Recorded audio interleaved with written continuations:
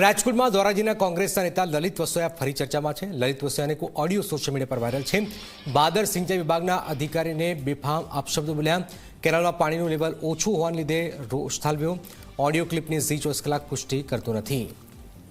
લલિત વસોયાનો એક ઓડિયો હાલમાં સામે આવી રહ્યો છે, જેમાં જે અધિકારી છે એને બેફામ અપશબ્દો બોલ્યા છે।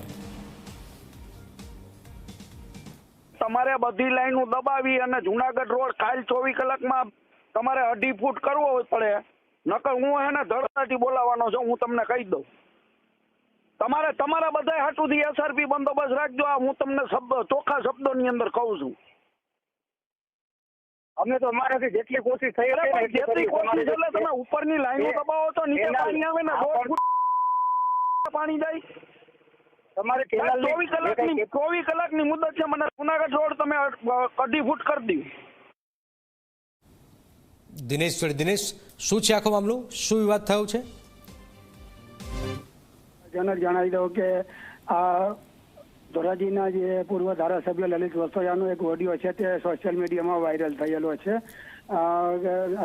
સિંચાઈ માટેનું જે ભાદર બેનું જે પાણી લોકોને આપવા માટે ખેડૂતોને માટેની જે માગણી હતી એ પૂરતું પાણી ન મળવાના કારણે ખેડૂતોને માટે થઈને કંઈક અધિકારીઓ સાથે બોલાચાલી કરી અને અપશબ્દો બોલેલા એવો ઓડિયો છે તે વાયરલ થયેલો છે, પણ ક્યારનો છે તે ચોક્કસ કહી શકાય એવું નથી।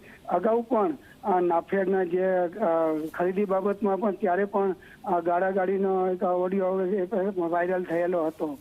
આને લઈને અત્યારે તો જે શહેરની અંદર જે ચર્ચા છે તે જોર પકડ્યું છે। ક્યાંક ને ક્યાંક ખેડૂતો માટે જે લલિત વસોયા છે તે કંઈ અવાજ ઉઠાવી રહ્યા હોય અથવા તો કંઈ બીજું કોઈ કારણ હોય તે અત્યારે જાણી શકાયું નથી, પણ ક્યાંનો ઓડિયો છે અપશબ્દો બોલે છે પાણી છે છોડવા માટેનો એ અત્યારે આ જોકે કહી શકાય એવું નથી। બિલકુલ આભાર દિનેશ। આપ જોઈ રહ્યા છો ધોરાજીના કોંગ્રેસના ધારાસભ્ય મૂળ વાત એ છે કે એમને ખેડૂતો માટે અવાજ ઉઠાવ્યો છે, ખેડૂત માટે આક્રોશિત થયા છે।